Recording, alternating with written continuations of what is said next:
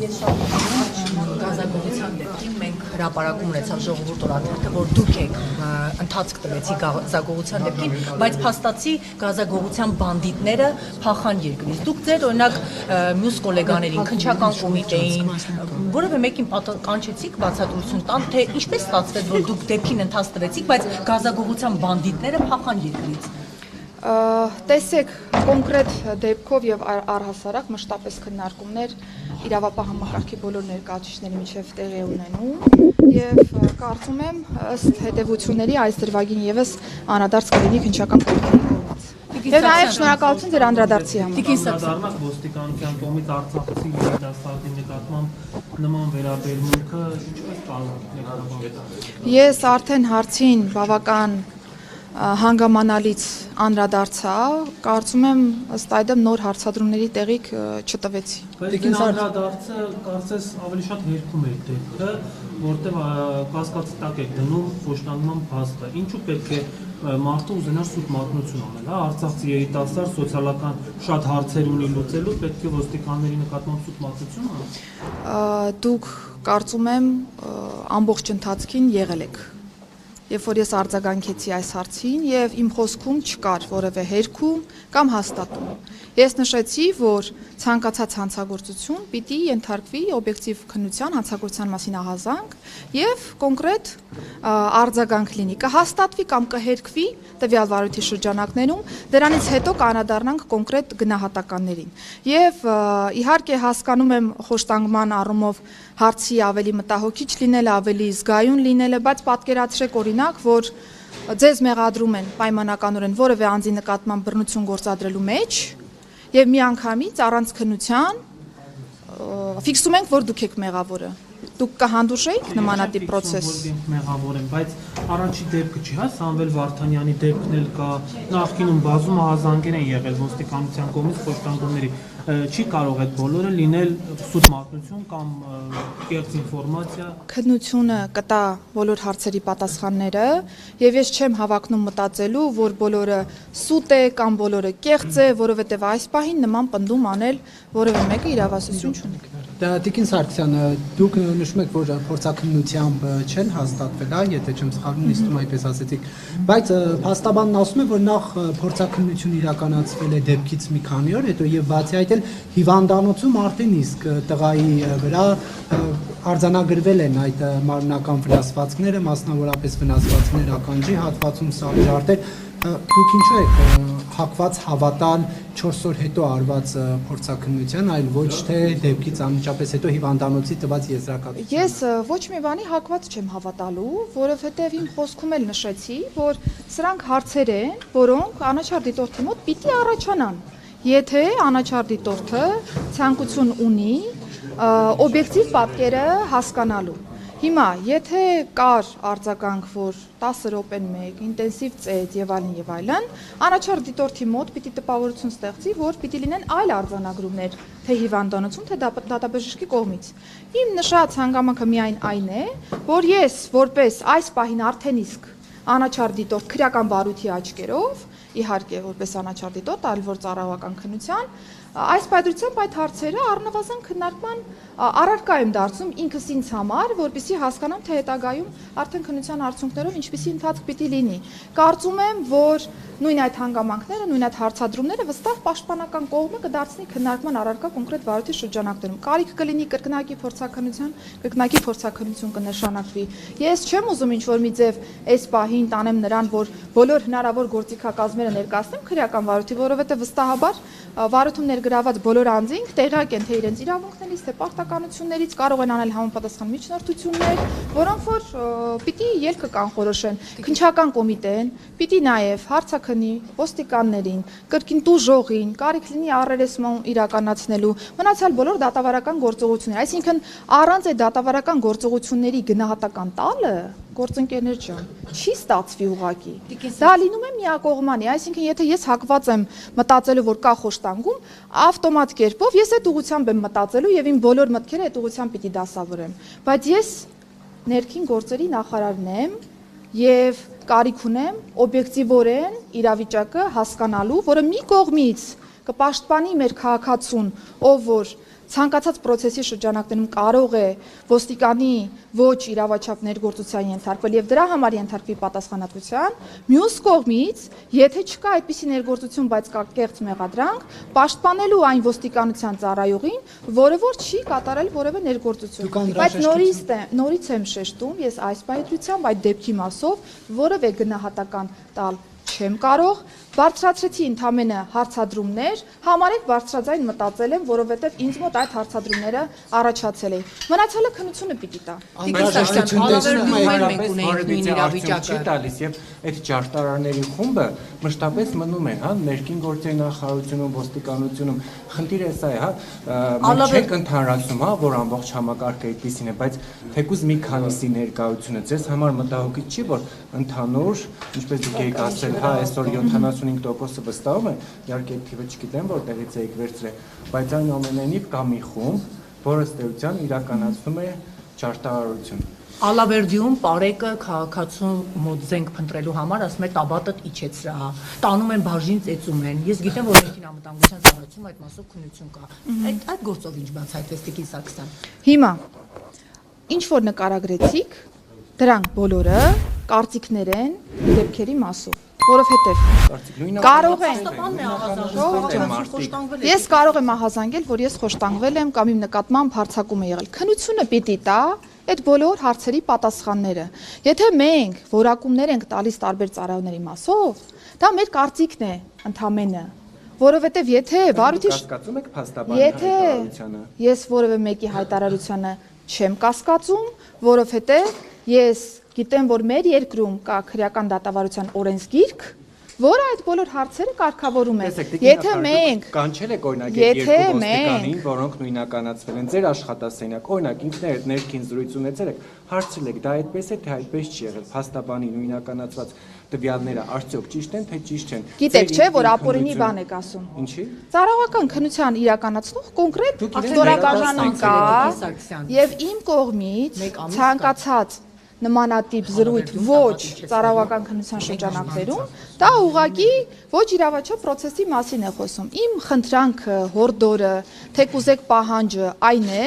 որ դուք եւս չտրվեք տարբեր սադրանքների եւ մի պահ հետ կանգնելով այս ամբողջ ինֆորմացիայից, փորձեք ընդհանուր առմամբ հայաց գցել ընդհանուր process-ին եւ հասկանալ ինչ է տեղի ունենում։ Մենք նման ոստիկանների, օրինակ ակցիաների ժամանակ, ովքեր ոչ իհարկե ոչ բոլորի մասին է խոսքը շեշտում եմ, որտեղ համակարգում կան եւ լավագույնները, բայց կան ոստիկաններ, որոնք իրենց ոչ կոռեկտ են, հա, մեղմ ասած, բաղում այդ թվում եւ լրագրողների նկատմամբ բարձրաձայնվում է, ասվում է, որ ծառայողական քննություն, բայց չեն պատժվում։ Խնդիրը այստեղ է, որ կա անպատժելիություն, որովհետեւ այդ մարդիկ անպատժել են եւ պետք են համակարգի։ Ես եղաբլուրում ծնողների հետ գործընկերներ մինչ օրս որևէ մեկը պատասխանատվության չի ենթարկվել։ Գործընկերներ, հարգելի լրագրողներ, կոնկրետ բոլոր դեպքերով կա ընթացք։ Մի դեպքում ծառայողական քննության տիրույթում է հարցը, մի դեպքում քրեական բարույթի նախաքննության փուլում, մի դեպքում դատական քննության փուլում։ Դուք ակնկալում եք, որ ես մի դեպքում քննիչի, մի դեպքում դատավորի փոխարեն անեմ եզրահանգումներ, երբ որ ես նման իրավասություն չունեմ,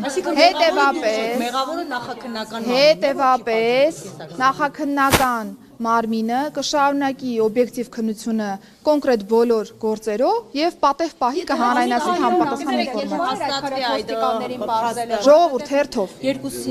երկու ոստիկան է բարձվելով թե մնացածը անհայտ է։ Դժվար է այդ օրերի ընթացքում բարձրացնել։ Ճիշտն ասած, ես այդ հարցադրմանը չուզեցի անդրադառնալ իմ խոսքում, բայց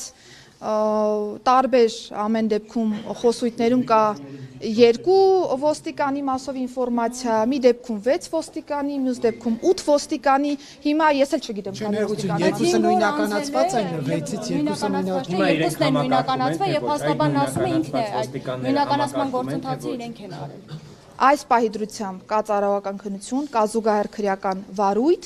քրեական վարույթի ծառայողական քննությամբ քննարկվում է դեպքը։ քրեական վարույթի շրջանակներում կա դատավարական գործիքակազմ անձի լիազորությունները ժամանակավոր դադարեցնելու մասով, բայց դրա համար եւս պետք են համապատասխան հիմքեր։ Հիմա որ ասեք, օրինակ, այսօր դադարեցրեք լիազորությունները կամ վաղը դադարեցրեք կամ երեք պիտի դադարեցրած լինեք, դրանց համար հիմքեր են պետք։ Սիրելի լրագրողներ։ Այսինքն Ոստիկանները չունեն բարձրագույն կրթություն եւ բավարար կրթված չեն եւ նման կերպ են իրենց սպառում։ Սա ձեզ մտահոգելու եւ քննարկելու հետագայում առիթ չի տալիս, որտեղ օրինակ նույն բարեկների դեպքում կրթությունը ունենալը պարտադիր պահանջ չէ, մինչդեռ կրթությունը հատկապես հիմա նորաձև է։ Կրթությունը պարտադիր է բարեկային ծառայողների դեպքում, միջնակարգ կրթության տեսքով եւ համաշխարհային պրակտիկայում շատ տրամաբանական է արտաքին ծառայության շրջանակներում անձից չպահանջել բարձրագույն կրթություն, այսինքն նորմալ է, որ մենք բարեկների համար կարող ենք նախատեսված լինել միջնակարգ կրթություն եւ խնդրում եմ այդ գնահատականներով նաեւ չվիրավորել հանրապետությունը միջնակարգ կրթություն ստացած անձանց։ Ինչ վերաբերում է կրթության ոլորտի փոփոխություններին, այո, խնդրահարույց ոլորտ է, ես առաջին ինչու նշեցի ներքին գործերի նախարարության կրթահամալիրի ձևավորումը, որովհետև կարիք կա վերանայելու ծառայողների պատրաստման process-ը ամեն տարի շարունակելու նրանց կրթությունը, որովհետև մենք հատկապես ատեստավորման ժամանակ նկատում ենք, որ ունենք ծառայող, որը տարիներ շարունակ որևէ վերապատրաստման չի մասնակցել, որքան էլ ազնիվ ծառայող լինի, որքան էլ պրոֆեսիոնալ ծառայող լինի, ամեն դեպքում ժամանակակից աշխարհում, եթե խոսում ենք ոստիկանական աշխատանքի մասին, ամեն տարի պետք է թարմացվեն գիտելիքներն ու հմտությունները։ Սա պակաս է, որը որ պիտի լրացվի, բացը պիտի լրացվի եւ ՆԳՆ կրթահամալիրի ձևավորման աշխատանքները շատ ինտենսիվ ենք իրականացնում, որպեսզի կարողանանք օր առաջ այդ կրթական process-ները ադապտացնել այս իրավիճակին։ Պարեկների դեպքում 6 ամսյա նախկինում արդեն հնգամսյա բազային կուրսի տրամաբանության մեջ, այո, մենք գնահատել ենք, որ կարիք կա վերանայելու նաև այդ կուրսը, մի քանի անգամ փոփոխել են կրթական ծրագիրը, պետական կրթական չափորոշիչը եւս փոփոխվել է, եւ հաշվի առնելով այն հանգամանքը, որ արդեն իսկ նոր սխեմայի ենք անցնում, շուտով բարեկային ծառայողների պատրաստման ժամանակահատվածը ավելի կընդլայնվի, ավելի շատ ամսական ժամանակահատված կհատկացվի բազային կրթությանը, որը որ թույլ կտա այն բոլոր խնդիրները, որոնք թե դուք, թե մենք համատեղ արձանագրել ենք, դրանք արդեն հասցեագրվեն կոնկրետ կրթական process-ի շրջանակում։ Նախարար, բայց տեսել եք որոշ բարեկներ ինչ իմիջայլոց են վերաբերում մոտենում ծառայության, օրինակ 3 ժամը 3-ի հատվածում Սարյան փողոցի վրա բարեկային մեքենան անցնում էր եւ հաղորդում էր մեքենայից, որ նոր գիշերը 3 ինչը ցերեկը, որ նոր զովքի մեքենան հեռացնի ոչ ճիշտ կանգնած տեղից, բայց հաղորդեց գնաց, ու այդ առաքիչը իր մեքենան տենց շարունակեց կանգնել մնալ երթևեկելի գոտում։ Հիմա նպատակը ո՞րն է, պետության բենզինը ծախսել, մեքենան քշել, խռալ, հաղորդել եւ հետեւողական չլինելը, որ այդ ցուցումը կյանքի կոչվեց, թե ոչ, այսինքն ավել բենզին ունենք, չգիտենք ինչ անենք օրինակ։ Աշխատանքի մեթոդաբանության հարց է։ Ժողովուրդ, եթե մի փոքր առաջ գաք, ես ուղղակի արդեն ես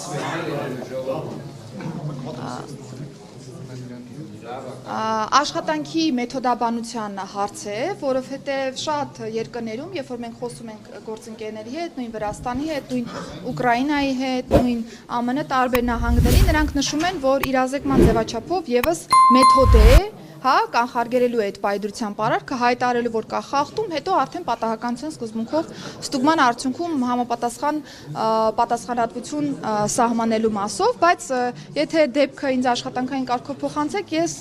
բնականաբար կդիտարկեմ, որպեսզի հասկանամ դա մեթոդի օգտագործում է, թե իրականում ձեր նշած պատկերն է։ Հարցը թմրանյութերի հետ լուսարձակների գողություններ, դա նաև չէ ըստեյցան բարեկների աշխատանքի, որովհետև մարդիկ նշում են, որ բավական դրանք հիմնականում ոստիկանություն չեն լինում, արդեն հիստ չունեն, նույնիսկ կասկածներ ունեն, որ ոստիկանները բարեկներ են, մասնավորապես համագործակցություն գողերի հետ, որովհետև ասում են, ինչ էլ դիմում ես, մեկը արձագանք չի ստանում, մեկը չեն գտնում գողերին, ինչ իմաստ ունի։ Դուք ունեք ցուցանիշներ ըստեյցան ուսումնասիրություններ ունեք, այդ կարգի դեպքեր, բնակարանային գողություններ եւ մեքենաների, ավտոմեքենաների հետ կապված որոշ մասերի գողություններ։ Ինչ աճ կա եւ ըստեյցան ինչ է կանում, որ դրանք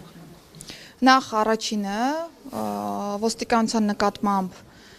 վստահության մակարդակի աճը չենք փաստում մենք, փաստում է հանրությունը սոցիալական հարցումների տեսքով։ Եվ իմ ցանկացած խոսք, երբ որ ես նշում եմ, դրանք զուտ գնահատականներ չեն, դրանք բացառապես տարբեր փաստերի վրա հիմնված եզրակացություններ են։ Այսինքն, եթե դուք նշում եք, որ չեն վստահում, ցույց տվեք ինձ ապացույց, սոցիալական հարցման տեսքով կլինի, որևէ միջազգային հանրապետական ինստիտուտի հարցման տեսքով կլինի, որևէ այլ հետազոտական կենտրոնի արդյունք կլինի, ես նորդ կդիտարկեմ այդ պնդումը։ Այս պայդրությամբ ես պնդում եմ այն, ինչ որ փաստարկված է։ Ինչ վերաբերում է կոնկրետ գողություններին, բնակարանային գողություն, նաև տրանսպորտային միջոցներից կատարված գողություններ։ Իրականում ինձ համար եւս մտահոգիչ են այդ դեպքերը, որովհետեւ մենք պրակտիկայում արձանագրում ենք, որ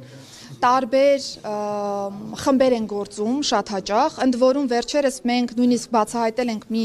բնակարանային գողություններով անցնող խմբի, որը որ ոչ միայն օրինակ Կոտայքի մարզում է իրականացրել գողություններ, այլ Երևանում, այլ մարզերում, այսինքն կան նաև ձևավորված պրոֆեսիոնալ խմբեր, որոնք Տիկին Բաղդասարյանի եւ Հրաչյա Հակոբյանի տունը թալանողները Տիկին Սարգսյան։ Ժողովուրդ, հիմա եթե ամեն հարցի մեջ ինչ-որ նոր շերտեր բացեք, ես ոչ մեկի հարցին չեմ կարողանալ պատասխանել։ Խմբի մասով արդեն իսկ ունենք բացահայտում, այսինքն այն բոլոր դեպքերը, որոնք տարբեր մարզերում չբացահայտված էին մինչև այս պահը, խմբերի կոնկրետ բացահայտման արդյունքում այս բոլոր դեպքերը համարում ենք բացահայտված։ Բայց բնականաբար կարիք կա շարունակելու այս ուղղությամբ աշխատանքը, որովհետև մենք նկատում ենք, որ շատ հաճախ հանցան կատարած անձինք օգտագործում են նաև ընդհանուր ենթակառուցվածքային պայմանները, լուսավորության հետ կապված տարբեր հարցերն են դիտարկում, որպեսզի հասկանան, թե որ տեսադաշտից մոտենան տվյալ օրինակ տրանսպորտային միջոցին, որ դեպքում իրենք չեն տեսանկարահանվի առավելապես, շատ հաճախ օգտագործում են նաև իրենց հագուստը, որպեսզի կարողանան նույնիսկ տեսախցիկի առկայության պայմաններում քողարկել իրենց դեպքը, որը թեև օրինակ քաղաքացին կարող է նշել, որ այ տեսախցիկը կա, անձը երևում է, բայց մենք չենք կարողանում նույնականացնել տվյալ անձը։ Սրանք իհարկե կներեք, սրանք իհարկե մտահոգիչ դեպքեր են, որոնք կարիք կա հետևողականորեն աշխատելու։ Այս տարի արդեն բնակարանային գողությունների բացահայտման առումով այս մի քանի ամիսների ընթացքում աճ ունենք բացահայտման առումով։ Եթե կոնկրետ թվերն են հետաքրքրում, կարող եք հարցում ուղարկել նախարարություն, պատշաճ կերպով բոլոր թվական տվյալները կներգրավի։ Ասեմ, որ տրանսպորտային միջոցներից կատարված գողությունների մասով մտահոգիչ էր այն դեպքը, որ հատկապես որոշակի մագնիշի տրանսպորտային միջոցներից էր տեղի ունեցել գողությունը։ Մենք հանդիպել ենք նաև հանցագործությունից ենթադրյալ տուժողների հետ, այս պայդրությամբ փոխոստիկանապետի գլխավորությամբ իրականացման ինտենսիվ աշխատանքներ, որպեսզի կարողանանք բացահայտել։ Որ զանգահարում են, նույնիսկ ասում են, այսքան փող, այսքան գումար, տելեգրամյան ալիքներն են։ Եվ այդ նույն տելեգրամյան ալիքների հետ կապված մեկ լրացում անեմ, հա, նաև թմրանյութերի հետ կապված է, ոստիկանությունը պայքար է տանում, բայց մենք հաճախ տեսնում ենք, որ օրինակ նույն տելեգրաման ալիքներով տարածվում են տեսանյութեր, թե ինչպես ինչ-որ քաղաքացիներ բռնում տարբեր անձանց, որոնք ըստ էության թմրանյութեր են իրացնում, պատժում են, հա, իրենց մեթոդներով։ Օրինակ այդ տեսանյութերը ուսումնասիրվում է, որքանով են դրանք նախ համապատասխանում իրականությանը եւ ինչ առնչություն կա ընդհանրապես թմրանյութերի հետ։ Եվ այնքան ամենաթողությունն է, որ օգտագործում են եւ այդ պիպետկաները փողոցներում շախտված են, այսինքն ոստիկանությունը այնքան անտարբեր, որ մարդիկ բացահայտ օգտագործում են ու այդ գործիքներն էլ փողոցներում շաղ են տալիս Տիկին Սարգսյանը։ Ամենաթողության մասով ոչ, որովհետև եթե կա կոնկրետ կլինի այդ ներարկիչը, կլինի կաթոցիչը, չգիտեմ ինչ անվանումներով որ կոչենք այդ բոլոր բաղադրամասերը, դրանց հայտնաբերման դեպքում, հատկապես բարեկային ծառայության դեպքում ունենք բավական բարձր ցուցանիշներ եւ դրանք դառնում են կրկին հաղորդում են դառնում եւ ուղարկվում են քրեական վարույթ։ Որևէ մեկ չի հետաքրքրել։ Ձեր անձամբ ներկայացրած հաղորդման հիման վրա ձեր տան հատվածում ավելի ինտենսիվացել է բարեկային ծառայության աշխատանքը, Նարեկ ջան, եւ դրա արդյունքում որոշակի դեպքեր արձանագրվել են եւ ուղարկվել են քննչական կոմիտե։ Թմրանյութ օգտագործող եք հայտնաբերել այդ թիմը։ Ձեր տան մոտ, եթե ուղարկեք գրավոր հարց, դե ես նկատեմ շրջակայքը, որ նշում եք, ձեր տան մասին չի միայն խոսքը։ Տիկին Սարգսյան իսկ այդ Ես ուզում եմ ցրել տպավորությունները, ոչ թե պարոն Կիրակոսյանի տան մասին է կոնկրետ, այլ շրջակայքի, որտեղ որ ըստ իր ահազանգի, ընդ որում որպես նաև պատշաճ վարքագիծ դրսևորած քաղաքացի, ես ուզում եմ շնորհակալություն հայտնել, որ դուք ահազանգել եք այդ դեպքի մասով, չեք զլացել ինֆորմացիան փոխանցել մեզ, մենք ըստ այդմ հասկացել ենք, որ կարիք կա տվյալ հատվածում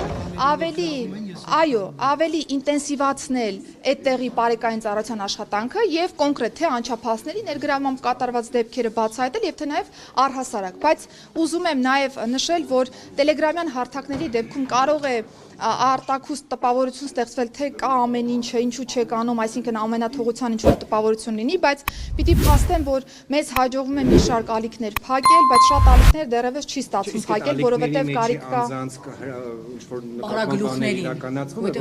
միանշանակ շարողներին բռնում են, բայց պարագլուխները ասում են մնում են չբացահայտված։ Միանշանակ այդտեղ եւս խնդիր կա, որովհետև եթե տեղեկատվությունը հատկապես կառավարվում է կամ հրահանգը կատարվում է անդրասահմանային տրամաբանության մեջ, այսինքն օգտագործելով տելեգրամյան ալիքները, կազմակերպված խումբը գործում է ոչ թե Հայաստանի տարածքում, այլ նաև ունենք դրվագներ Հայաստանից դուրս, մեզ շատ հաճախ չի ստացվում հենց խմբին բացահայտել, այլ հիմնականում օգտագործողներն են բացահայտվում կամ այն անձինք, ովքեր որ հրահանգը կատարում են կոնկրետ խմբի տեղում դնելու համար Ես օրերս եմ խոսել կոնկրետ թմրանյութ օգտագործող անձի հետ հենց Նուբարաշեն քրեակատարողական հիմնարկում, ինքը ասում էր մանկապարտեզներում դպրոցների այդ հատվածներում ենք, դուք այդտեղ զգոնության կոչ, ոստիկանությունը, որ մանկապարտեզների դաստիարակները, տնօրենները, դպրոցի տնօրենները զգուշանան, երեխաները կարող են ինչ-որ փաթեթը վերցնեն, մտածեն, օգտագործեն, որովհետև ըստ էության կոնկրետ անձը, որը 6 տարի ազատազրկման է դատապարտվել, ինձ ասում էր մանկապարտեզում դպրոցում տեղադրել եմ, որ գան վերցնեն, շարել եմ, որպեսզի գան վերցնեն։ Բայց քրեակատարողական հիմնարկում չէ՞ դա։ Քրեակատարողական հիմնարկում։ Այսինքն հետևողականորեն պատասխանատվության է Բայց ենթարկվում։ ինքը պնդում էր, ասում էր, իրավապահ մարմինները պետք է պարագլուխներին գտնեն, մեզ փակելով հարցը չի լուծվում։ Ինքը չգիտի ով է պարագլուխը։ Շատ լավ։ Խմբերի բացահայտման առումով իհարկե դեռ անելիք ունենք շատ իրականացնելու, որովհետև մեր խնդիրն է հենց խմբի բացահայտումը, խմբի կազմակերպիչների բացահայտումը, որպեսզի մենք կարողանանք խմբի հետագա գործողություններն արդեն կանխենք եւ ուղղակի հետևանքի հետևից չվազենք, հա, անընդհատ բռնենք տարածողներին եւ չկարողանանք խմբի գործունեությունը դադարեցնել, բայց այստեղ ավելի ինտենսիվ աշխատանքի կարիք ունենք իրականացնելու, ասեմ, որ հատկապես վերջին ժամանակահատվածում սահմանային կետերում ավելի ուժեղացրել ենք հսկողությունը եւ կարողացել ենք տասնյակ կիլոգրամներով տարբեր դրվագներով թմրամիջոցներ հայտնաբերել եւ արգրավել, որը որ հենց այս տրամաբանության մեջ թույլ չի տվել, որպեսզի հետագայում դա դառնա տասնյակ հազարավոր մանր դեպքեր, կլինի իրացում, կլինի օգտագործում եւ այսպես շարունակ։ Դպրոցների գործընկերներ, հանցագործության դեպքերի բացահայտողների գողության մեծ խումբ եք բացահայտել, բայց չնշեցիք վարչապետի խոսնակ Տիկին Նազելի Բաղդասարյանի, վարչապետի Աներձակ Երաչի Հակոբյանի քպական պատգամավոր իրենց բնակարանների գողություն իրականացնող անձիկ կան այդ գողերի մեջ թե ոչ։ Դրանց մասով արդեն կա քրեական վարույթ, պիտի խնդրեմ դիմել քննչական կոմիտե, որպեսզի ընթացքի մասով իրազեկվեք, բայց ես ավելի հարգալից եմ ձեր գործընկերոջ նկատմամբ, որովհետև կար հարց, որին որ ես չպատասխանեցի, խոսքս դպրոցների շրջանում թմրամիջոցների տարածվածությանն է վերաբերում, ասեմ, որ իրականում ավելի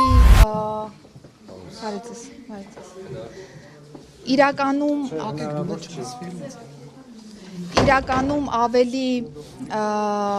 ուռճացված է, հա, այն պատկերը, որը որ ներկայացվում է, ես հասկանում եմ, որ շատ զգայուն թեմայի մասին ենք խոսում եւ ցանկացած դրվագ, որտեղ որ անչափահասն է անցնում, մեզ համար ավելի խորն ենք ընկալում, հա, դեպքը իր բոլոր նրբերանգներով, բայց վիճակագրությունն ենք երբ որ նայում, նկատում ենք, որ ահռելի թվեր չունենք, բայց սա կարող է խոսել երկու բանի մասին։ Առաջինը, որ իրականում թվերն այդպիսինն են, այսինքն այն ինչ որ կա ավելի շատ էմոցիոնալ դաշտի պնդում է, բայց երկրորդն էլ այն է, որ միգուցե ունեն խնդիր, որ ծնողները չեն ցանկանում, հա, ընտանեկան շրջանակից դուրս բերել տվյալ ինֆորմացիան եւ փորձում են իրենք կարգավորել երեխաների հետ կապված հարցերը եւ կարծում եմ այստեղ պիտի հետեւողական շարունակենք։ Ոստիկանության գվարդիան մինչև նոյեմբերի 1-ը պետք է ձևավորվեր, չէ, եւ արդեն քննարկվում է ով է նշանակվելու։ Ոչ, որովհետեւ ոստիկանության գվարդիայի ցանկացած պաշտոն զբաղեցնող անձ պիտի անցնի, խնդրում եմ մի քիչ առաջ կանգնենք, որ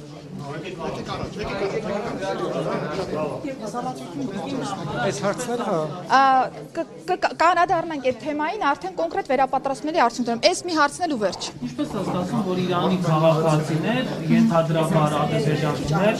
հանրապետության հրապարակում երգում են ադրբեջանական երգ եւ ոստիկան չի մոտենում նրանց, ասենք, օրինակ հանրային կարգը խախտելու